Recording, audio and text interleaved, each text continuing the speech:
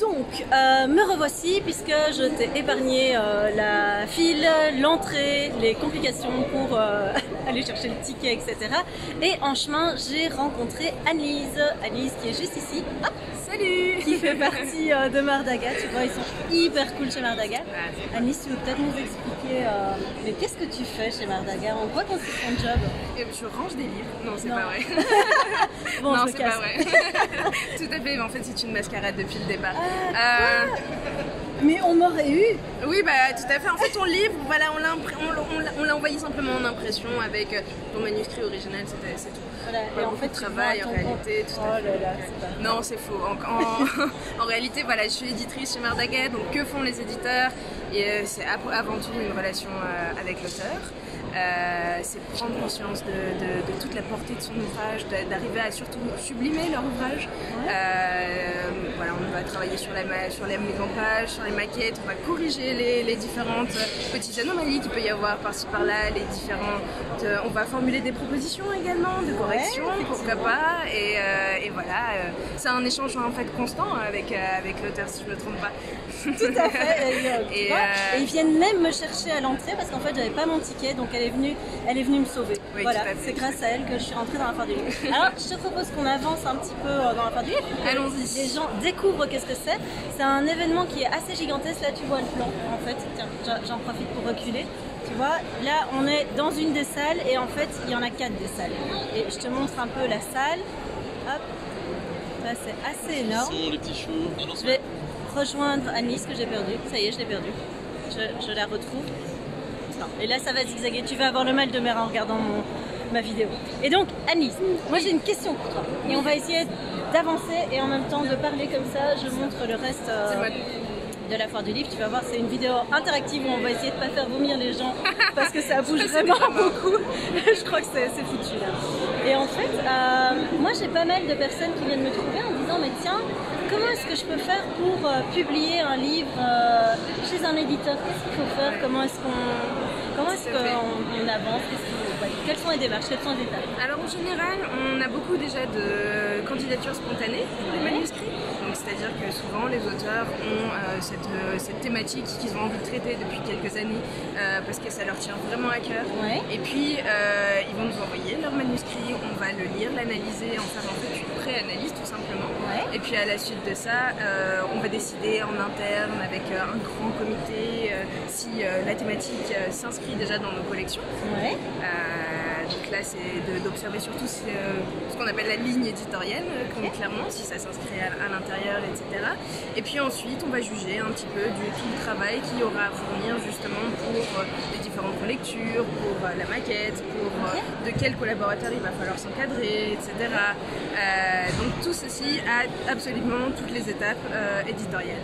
Au-delà de ça, et puis ensuite, une fois qu'on a choisi le manuscrit, une fois qu'on est sûr que c'est un bon manuscrit à porter pour notre maison d'édition, alors à ce moment-là, on reprend contact avec l'auteur et puis on lui annonce que non seulement on a retenu son manuscrit, et évidemment on vient avec quelques pistes d'analyse, pourquoi est-ce qu'on a apprécié le manuscrit, quelle est l'originalité que nous on souhaite en dégager également, comment on pourrait mettre l'ouvrage en valeur dans nos collections, pourquoi il est venu, il faudrait le publier aussi dans notre maison d'édition et pas dans une autre, parce que certes l'auteur nous envoie son manuscrit, mais pour la plupart ils envoient également à tout plein d'autres maisons d'édition. Pourquoi se positionner nous sur cet ouvrage? C'est important aussi de pouvoir communiquer là-dessus avec l'auteur, dire pourquoi ça nous tient à cœur, parce qu'avant tout dans le livre c'est aussi une relation humaine non seulement entre l'auteur et puis son public, qui justement il va dévoiler une thématique, mais c'est aussi entre l'auteur et l'éditeur. Donc je crois que j'ai à peu près fait toutes les étapes, c'est principalement ça. Ça fait quand même quelques étapes, mais t'expliques vachement bien ton travail. Qu'est-ce que tu donnerais comme conseil à un auteur qui a envie de toucher une maison d'édition? Qu'est-ce qu'il doit faire et qu'est-ce qu'il ne doit pas faire? Alors, ce qu'il faut faire principalement, il faut se dire principalement que les éditeurs ont, comme tout le monde, pas beaucoup de temps. Donc principalement gagner du temps. Voilà, c'est ça. Et donc comment faire gagner du temps? C'est en construisant le meilleur avant-projet, la meilleure présentation du manuscrit possible, ce qui va permettre en fait en quelques pages qui vont permettre de qui contiendra donc un pitch bien tissé, etc., qui sera peut-être le résumé plus de l'ouvrage, apporter surtout une clé d'originalité. T'as un exemple? J'ai pas forcément d'exemple là, mais par exemple, comment dire? Écoute, par exemple, on va reprendre ton livre, Le coaching de vie. Pourquoi, quelle est l'originalité selon toi de ton ouvrage? C'est un livre qui n'existe pas, ça s'adresse à deux publics, voilà. Les coachs, les coachés.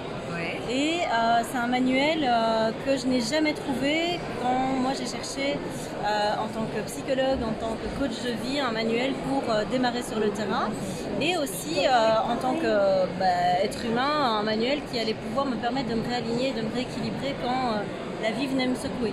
Donc c'était un espèce de melting pot de choses qui n'existaient pas sur le marché. Et donc quand je suis venue vers Mardaga, j'ai balancé ça en fait en disant hey, salut, j'ai un livre qui n'existe pas, ça vous intéresse? Voilà, et ça c'est peut-être la clé de l'originalité. Pour se différencier, chacun, les éditeurs, on va trouver une clé d'originalité. Et cette clé d'originalité, souvent, elle passe sous le couvert du n'a jamais été fait, ou sinon sous une thématique super vendeuse, parce qu'il faut prendre conscience également qu'une maison d'édition, c'est pas seulement une maison qui publie des ouvrages, c'est une maison qui les vend. Donc pour vendre des ouvrages, il faut avoir ce petit plus. Et ce petit plus, voilà, c'est ce que vous devrez mettre. J'ai un bras plus long, ça marche quand je parle. La fille qui est vraiment pas. Je ne suis pas très douée pour les vidéos. C'est pas grave, on s'en fout. Enfin voilà, bon, je ne sais pas si je peux aller plus amplement dans le détail, mais je pense que c'est déjà bien. Voilà, un pitch de départ bien synthétique, des clés d'originalité. Si vous avez déjà écrit votre manuscrit, alors à ce moment-là, tout votre manuscrit en PDF, ou alors sinon une sélection de votre manuscrit. Mais si sélection, qui dit sélection du moins dit sélection extrêmement bien ciblée. Donc voilà, l'opération de séduction doit s'opérer sur ces éléments-là. Déjà, sachant que moi je l'ai fait à la 642, puisqu'en fait j'ai envoyé un teasing, j'ai envoyé les personnes que ça pouvait toucher, et j'ai envoyé 4 pages de texte qui était une fiche de mon livre.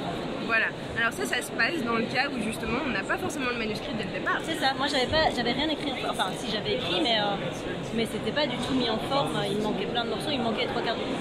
Oui, donc voilà, donc si on se retrouve dans ce cas-là, il n'y a pas de souci.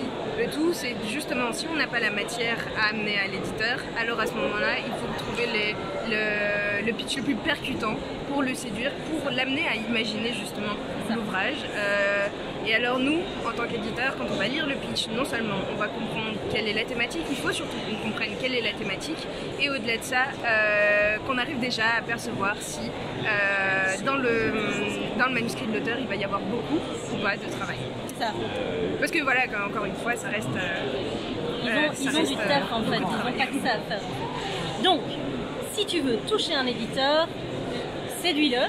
Fais un pitch de dingue, un peu comme si tu allais approcher le mec ou la nana qui voulait te plaire, et tu pitches ton bouquin, tu lui vends, et si lui il prend, bah écoute, il y a des chances que sur le marché ça marche aussi. Donc, voilà. Est-ce que tu as encore un conseil à donner?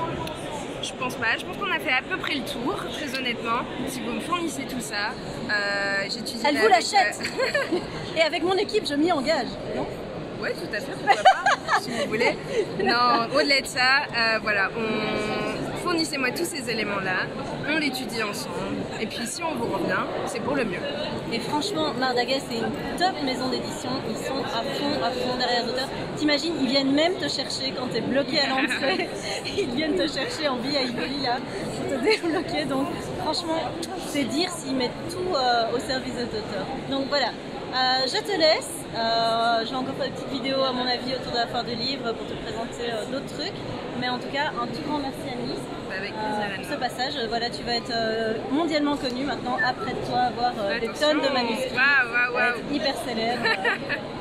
Super, voilà. Faut que je prévienne l'équipe là déjà. Alors, bon, du coup, on va installer Barrière Nadar histoire qu'il n'y ait pas de musique.